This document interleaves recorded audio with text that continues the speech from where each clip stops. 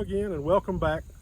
If you're tuning in again, you must have seen the first episode on the beginning of a series I'm hoping to do on the 1917 A1 water-cooled machine gun. Last episode we talked about the cooling and the associated water cans and water hose and that big canteen that is a lot of times associated with the 1917 A1. Today we're just going to talk about the ammunition boxes and how we carried our ammo.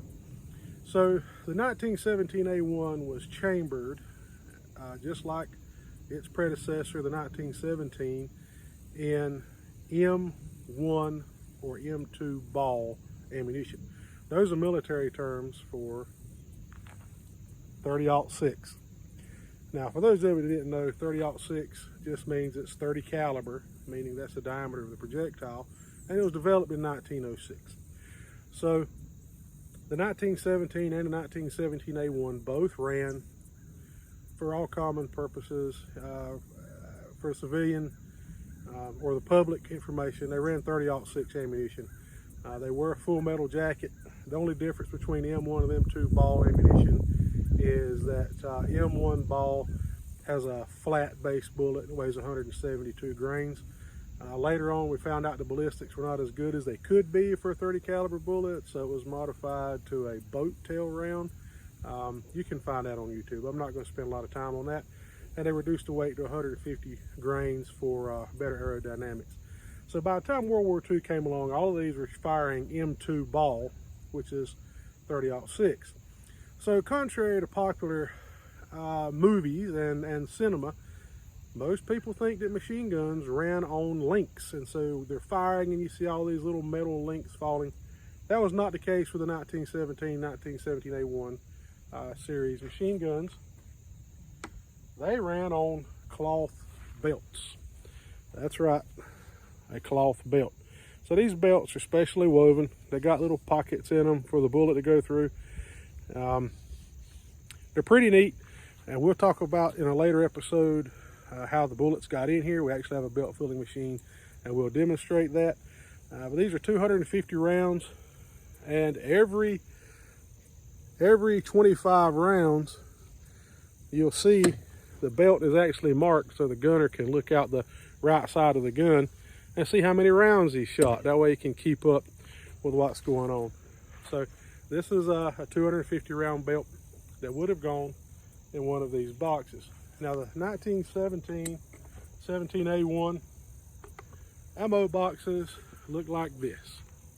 They were wood, had a leather carry handle on the top, a push button release, and a hinged top. If you look down inside, there are 3 little bullets stamped in the bottom to help people at the factory know how to put the belt in here.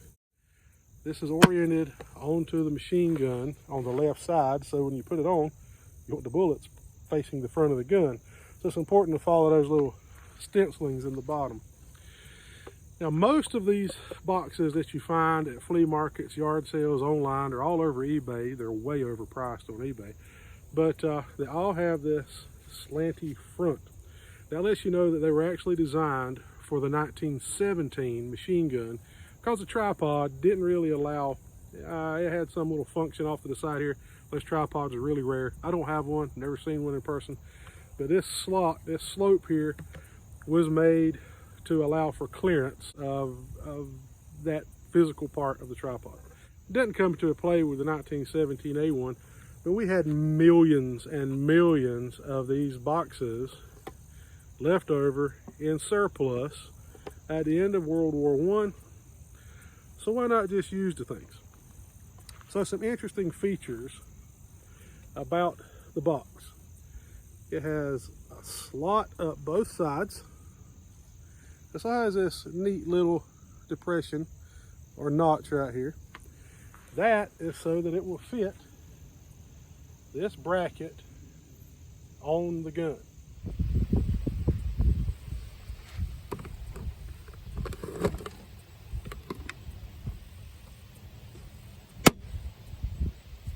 Sits down just like that. as such, the box is open.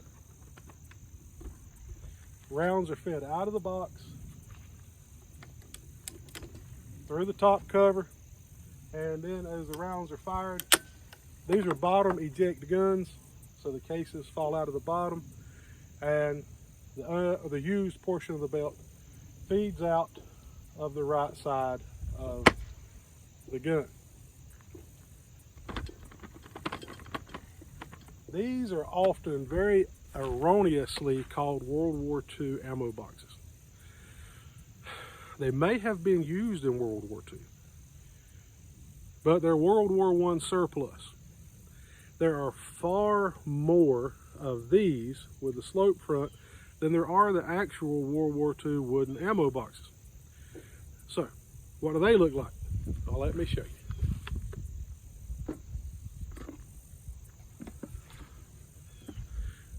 The real live World War II wooden ammo boxes have no sloped front. They took out that manufacturing step, eased production, sped up things. They started producing these again just before World War II, and they actually stopped in 1942. So these are a lot harder to come by than the World War I ones, but they all work the same way. Now this one has arrows in it instead of bullets to show you how to orient the the casings or the projectile when it's loaded into the box.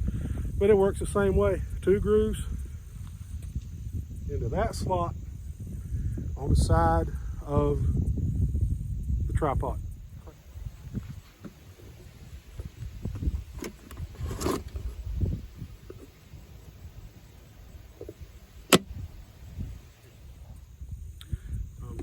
These a lot of times too, really neat, where they have dovetail joints, where all of the World War I ones that I have seen have finger joints. That also was a time-saving feature, and it also made them a little more robust, where the beating and the banging around and dropping them, they didn't come apart as easily because that dovetail joint is a more secure way to fasten. Now these do, if you take one apart, I've had to repair several of these, they do have a pin down through these finger joints, but a lot of times they split, and in many of my boxes I found I have had to repair. But that's the main difference between the World War I 1917 box and the World War II 1917 A1 wooden box. By 1942, late 1942, the U.S. Was getting heavily embroiled in World War II, and these wooden boxes took a lot of effort to make. It took cabinet makers, furniture makers, experienced woodworkers. So we needed to speed process up a little bit. So the United States military switched over to the metal M1 ammo can. They look like this. It's a stamped metal can. The hinged lid. You notice these have a bullet stamped in the bottom to help when you're looking down in the top orient what direction the belt's supposed to go. These were faster to make, they were cheaper, they were lighter, and we could pump them out. Problem is, the tripod and the cradle on the 1917 A1 is so tall, if you set this on the ground, it was difficult for the belt feeding mechanism to pull that heavy belt of ammunition up into the gun properly. So in order to use these, soldiers would have to stack crates or ammo boxes and then set this on top, or they would have to lower the cradle down very close to the ground, have somebody help feed the ammunition in it. But this is the ammo can that served in most of all of World War II. Probably 99% or 95% of the ammo cans are these. They'll say caliber 30. The earlier ones just say caliber 30. These say caliber 30 M1. Of course, they tell you what's in there. This one particularly says 250 caliber 30 belted 4-ball one tracer, that means every 5th round was a tracer. That's for another video. These cans were very difficult to use with the 1917A1. Since this was a crew served weapon, it had several people who worked it, 6 or 7 sometimes, and they would carry the wooden boxes. They had them on pack boards. They were carried in in vehicles, because these were oftentimes a more defensive weapon than offensive, unless you were a poor Marine in the Pacific, and they got to use them offensively as well, which is it's a heavy gun, and the boxes are heavy too. So to alleviate the problem with the M1 can and it not being able to be easily attached to the cradle of the tripod in 1917A1, in late 1945, the U.S. Army adopted a second model of ammunition can called the M1A1. This can was developed in mid to late 1945, and or at least was being issued mid to late 1945, and it's not likely it saw any use in World War II. But it was very small. If you've got any photos of it actually being used in those last few months, I'd love to see them. Send them on over so that I can learn as well. But the interesting feature about this ammo box is the early ones are still marked M1, although they're actually a completely different variation. It's roll welded instead of stamped. The bullet is pressed on the top and not the bottom. The most interesting feature is this little guy right here. These were made to attach directly to the cradle on the side of the 1917A1. But these early ones, caliber 30, M1. I decided there was too much confusion between that and the other. So then you start seeing them like this, where they actually stamped A1 in ink behind caliber 30. And then eventually, purpose-built dies M1A1 were used to stamp these boxes. Now, while these boxes could be used for the 1919 A4, they were designed just to fit that cradle. So, gunners will open the box. The lids come off fairly easily. You would take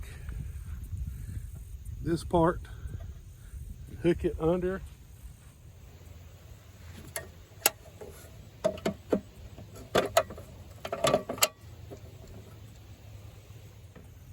and now the metal can is attached.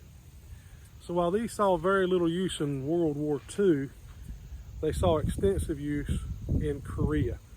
And they were actually manufactured through the 50s. They're fairly rare to find now because they were made specifically for that tripod. And the later ammo boxes that we normally see now were what were adopted.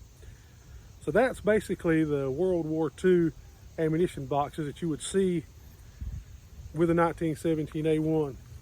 The wood 1917s, the wood 1917A1s, the steel M1s, and the steel, wherever it is, M1A1. Side note regarding ammo cans, if you're a shooter or collector, on occasion you'll run across these cans.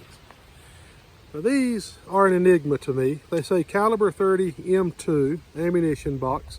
It has a US and a flaming bomb, and for all purposes they look just like an M1 can. What they are, best I can tell, is foreign made cans post-war for the US machine guns.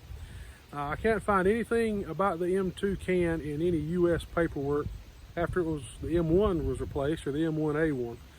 I know that the CMP imported a lot of ammunition that was belted. That's actually got ammunition in it from the Kynoch, I think that's how it's pronounced, ammunition plant in England. And I think that's how a lot of them got into the United States, is through the civilian marksmanship program. If you know anything about the M2 marked can, let me know. So if you've hung out with me this long, I really appreciate it. Next time we'll talk some more about, I think we'll do the belt filling machine and show how to put the bullets in the belts.